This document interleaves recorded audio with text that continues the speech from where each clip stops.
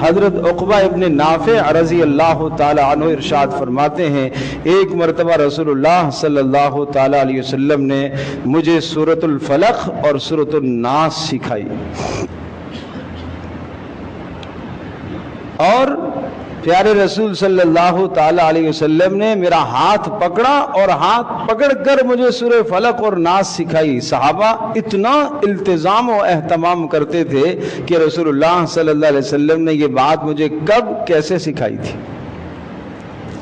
اور پھر ارشاد فرمایا کہ سفر میں تھے آپ علیہ الصلوۃ والسلام، پھر اگلا وقت نماز کا آیا تو آپ نے فجر کی نماز پڑھائی، تو فجر کی نماز میں آپ نے سورۃ الفلق اور سورۃ الناس تلاوت فرمائی، اور پھر مجھ سے کہنے لگے عقبہ دیکھا، یعنی ان صورتوں کی اہمیت آپ نے دیکھی ہے کہ میں نے فجر کی نماز میں بھی ان کو پڑھا ہے، اس قدر اہمیت والی صورتیں ہیں۔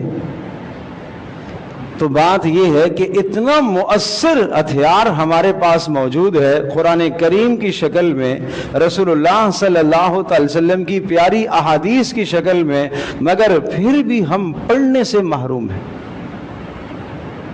بد نصیبی یہ ہے، بد قسمتی یہ ہے کہ صبح کی دعائیں، شام کی دعائیں، مسنون اذکار اگر صبح اور شام کے ہم پڑھ لیں تو اللہ تبارک و تعالی ہر شرور اور فتنوں سے حفاظت کرے گا۔ کیا آپ جانتے ہیں سورۃ الفلق اور سورۃ الناس آغاز ہی کیا ہے؟ رسول اکرم صلی اللہ تعالی علیہ وسلم کو تو اللہ نے حکم دیا ہے، اے نبی قل، آپ پڑھیے۔ حالانکہ رسول اکرم صلی اللہ تعالی علیہ وسلم تو منبع خیر ہیں، سراپائے خیر ہیں، آپ کے پاس شرور اور فتن قریب بھٹکتے ہی نہیں ہیں، اس لیے کہ ہم وقت رسول اللہ صلی اللہ علیہ وسلم کا دھیان تو اللہ کی طرف لگا ہوا ہے۔ ہر وقت آپ کچھ نہ کچھ پڑھتے ہی رہتے تھے، ہر وقت آپ کی زبان مبارک پر ذکر رہتا ہی تھا۔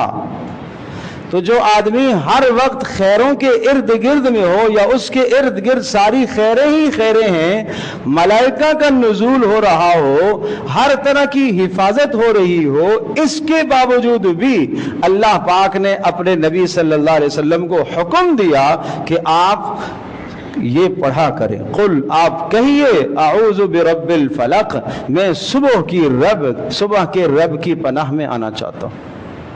کس سے ڈر لگتا ہے؟ من شر ما خلق، ہر مخلوق کے شر سے۔ قل اعوذ برب الناس، آپ فرما دیجئے کہ میں اس پاک پروردگار کی پناہ اور حفاظت میں آنا چاہتا ہوں جو سارے انسانوں کا رب ہے، جو سب کا معبود ہے، جو سب کا بادشاہ ہے۔ کس چیز کے شر سے آپ کو ڈر لگتا ہے؟ من شر الوسواس الخناس، ایسا بدترین دشمن جو وسوسہ ڈال کے اپنا کام کر کے پیچھے ہٹ جائے اور اس کے بعد میں سوچ میں پڑ جاؤں کہ اس نے کیوں یہ کہا ہے۔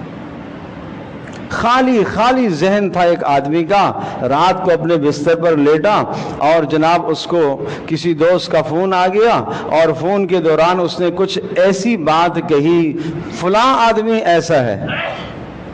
آپ اس آدمی کو تو اچھا سمجھتے تھے، اب اس نے ذہن مشغول کر دیا کہ اس نے یہ کیوں کہا۔ کبھی کبھی کچھ لوگوں کی رات کو نیند ہی اڑ جاتی ہے، تو یہ کیا ہے؟ وسوسہ ڈالنے والا، جس نے وسوسہ ڈالا اور پھر پیچھے ہٹ گیا اور آپ کے ذہن کو اس نے مشغول کر دیا۔ وہ کون ہے؟ من الجنت والناس، چاہے وہ جنوں میں سے ہو چاہے انسانوں میں سے ہو۔ اے اللہ ایسے شرور اور فتنوں سے میری حفاظت فرمانا۔